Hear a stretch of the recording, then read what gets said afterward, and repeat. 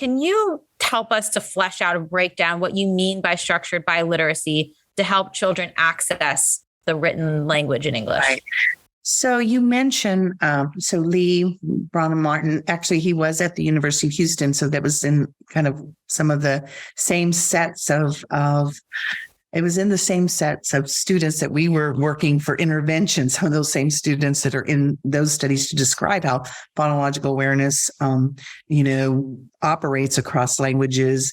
It's often those same set of students where we actually did interventions with those students. And so I can talk to you about and those interventions were when we found them at risk. But what's very important to realize is that, as I said, we have an oral language. And so Spanish is the most common language spoken in the homes of these students who are, classified nationally as English learners. And when we look at that and we look at the Spanish language, it's a very what we call transparent language, meaning that it's very regular. It has 5 vowels. They never change. We've got these consonants. They're pretty reliable. Whereas in English, all the vowels have more than one sound. And we have lots of different patterns, and we borrowed from so many different languages.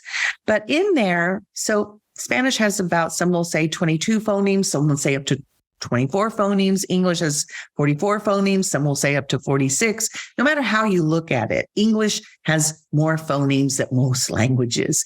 And so, but what we have to do is understand that, since so much transfers, and then that study you're mentioning, it was like 0.92 between Spanish and English on this, sound system. So I'm about 0.08 off from it being a perfect correlation. But what does that 0.08 possibly relate to? Well, we've got all these new sounds in the English language. And we have to, first understand that there's connections to be made orally through the phonological component of the language. We have to make those connections when we think about through the words and their meanings, the vocabulary. English, is 60% based upon Latin, another 15% on the Greek. And so between the Latin and Greek, we have about 75% of our language. And so there's so much from a language such as Spanish that is Latin based that we can contribute to English and really help the students soar in vocabulary and their ability to express themselves. And then that we can put into the written language, but we have to understand that, as I said, there's already a structure.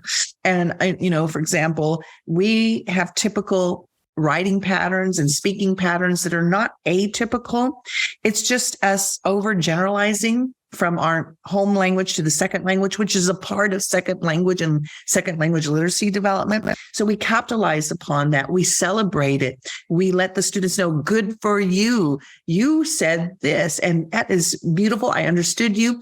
And there's a little bit of a difference in this English language. It works like this, right? So it's honoring when the student speaks to us, when the student reads to us, when the students write, that we're looking at those patterns, that we're celebrating that overgeneralization, because that's a part of that second language and second language literacy but development. And first, we have to know the why behind the what that we see in front of us.